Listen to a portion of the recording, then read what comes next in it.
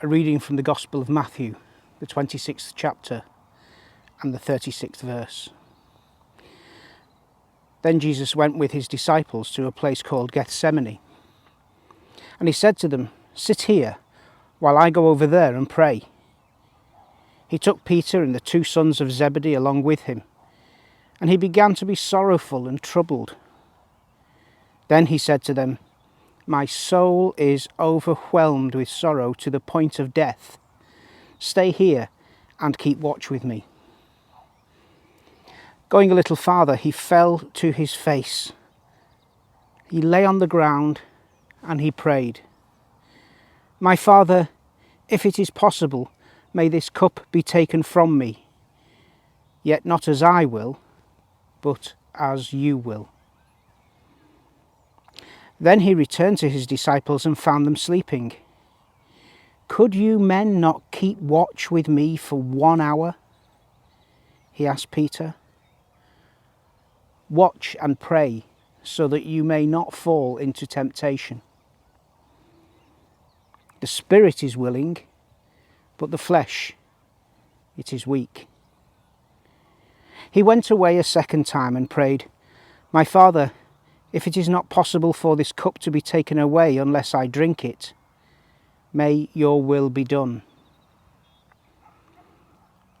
When he came back, he again found them sleeping, because their eyes were heavy. So he left them and went away once more and prayed a third time, saying the same thing. Then he returned to the disciples and said to them, "Are you still sleeping and resting? Look, the hour is near. The Son of Man is betrayed into the hands of sinners. Rise, let us go. Here comes my betrayer."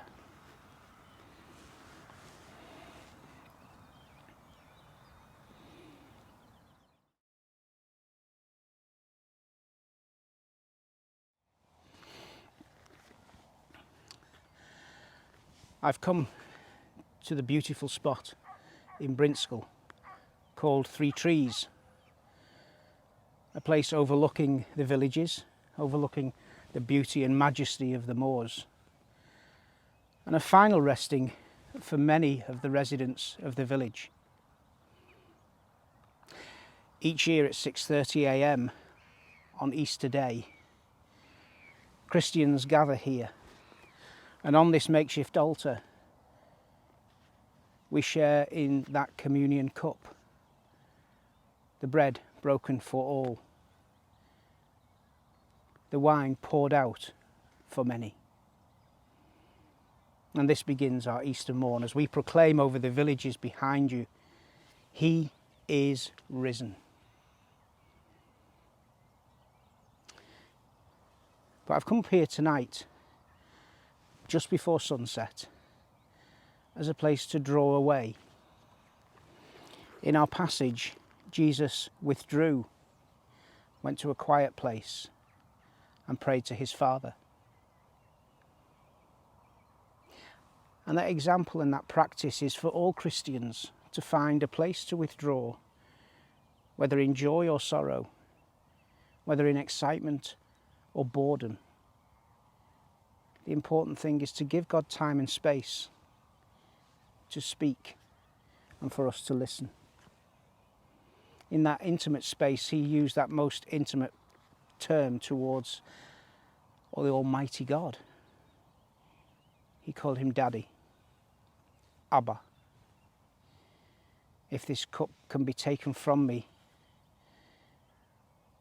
nevertheless, my will is not the one that's going to take precedence here.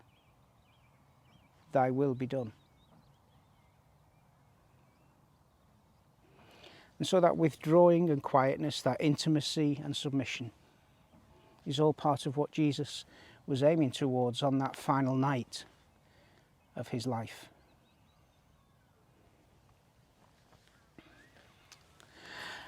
The disciples' part in this was less laudable.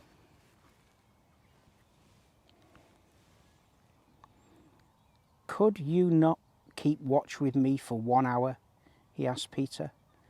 "Watch and pray so that you will not fall into temptation.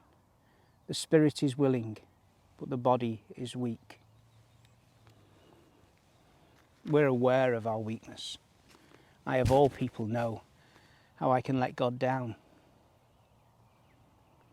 Jesus had every right on that night, as such an important night, to lose his temper with his disciples and to chastise them for sleeping. But his compassion and grace broke through. He didn't ignore the fact that they'd disobeyed him. Instead, he brought it to their attention in love.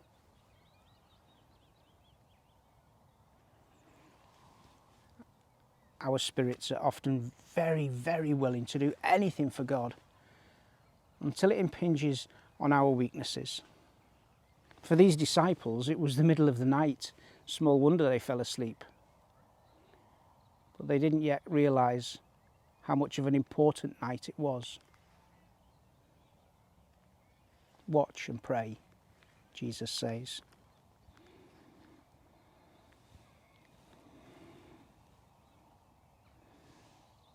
Once more he prayed a third time, saying the same thing.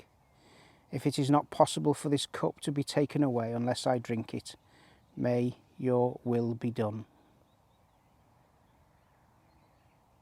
Look, the hour is near, and the Son of Man is betrayed into sinners. The hour was near. A close friend, one of the 12, would come and use the most compassionate and beautiful of all things, a kiss, to betray his Lord. Small wonder that this Garden of Gethsemane was a place where Jesus would, as one of the Gospel writers say, sweat beads of blood. But nevertheless, he saw that God had the bigger picture, his Abba, his daddy. And sometimes when everything around us seems to be going wrong, or we get caught up in our own little world, God sees the bigger picture.